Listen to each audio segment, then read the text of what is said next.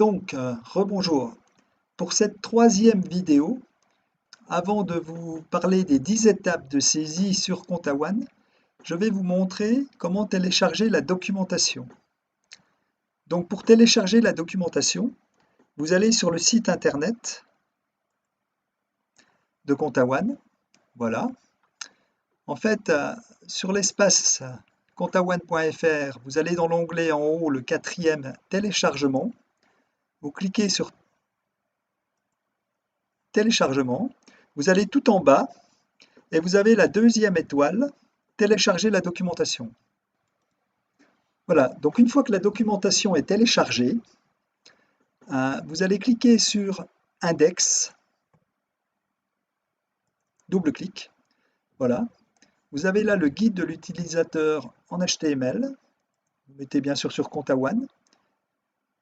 Sur l'onglet vertical de gauche, enfin le menu vertical de gauche, sur la première prise en main, voilà, vous cliquez sur le première prise en main et vous avez en fait le détail de chaque étape de la saisie de ComptaOne. Donc n'hésitez pas, si jamais le tutoriel ne vous suffit pas, prenez la documentation, allez voir dans le détail chaque étape. Voilà.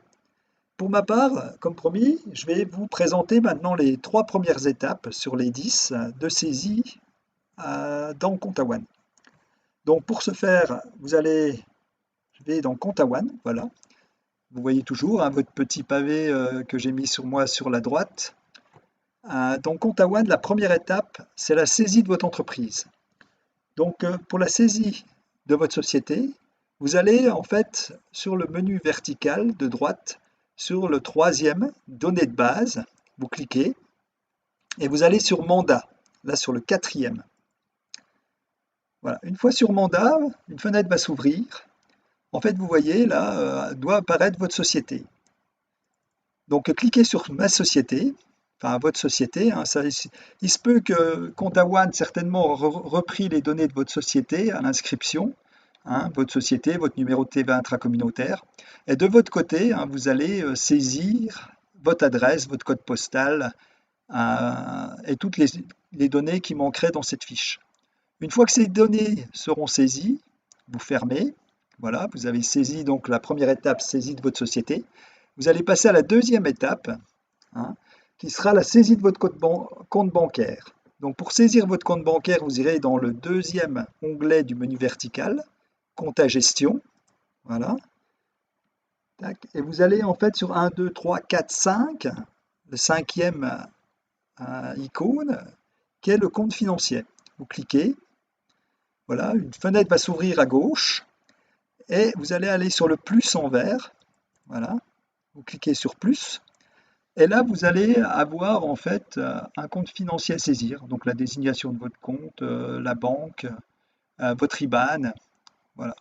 Une fois ce compte financier saisi, vous fermez, enfin vous validez en recliquant sur voilà, la saisie de la désignation est obligatoire. Bon, pour ma part, je n'ai pas rentré les données, mais vous, pour sortir de ce menu, vous allez recliquer sur le vert pour valider toutes les informations que vous aurez rentrées. Bon, moi, j'annule cette opération. Je ne vais pas les saisir. Voilà, donc vous avez fait les 2 premières étapes. Et en fait, on va passer à la troisième étape qui est à la saisie d'un tiers. Donc la saisie d'un tiers, ça peut être lorsque vous allez avoir une facture, c'est la personne qui vous facture. Lorsque vous avez un client, c'est la personne que vous facturez. Donc la saisie d'un tiers, c'est évidemment la troisième étape. Donc le même principe, vous allez là sur le compte à gestion, deuxième petite icône qui est tiers. Vous cliquez sur tiers, une fenêtre va s'ouvrir à gauche et le tiers, vous allez pouvoir le renseigner en cliquant sur le plus et en ajoutant ce tiers. Voilà, toujours la même étape. Vous cliquez plus. Vous allez saisir le nom du tiers, le prénom, l'adresse, voilà, le pays, la langue, le téléphone, le fax, email. Bon, vous avez renseigné tout ça. Une fois que cette partie est renseignée, vous validez toujours en recliquant sur la touche verte. Voilà, moi je vais sortir, je ne vais pas saisir le tiers. Et voilà donc les 3 premières étapes. Donc c'est la saisie des informations nécessaires au départ, c'est-à-dire votre société, votre compte bancaire et les personnes avec qui vous allez interagir, c'est-à-dire vos clients ou vos fournisseurs. Voilà.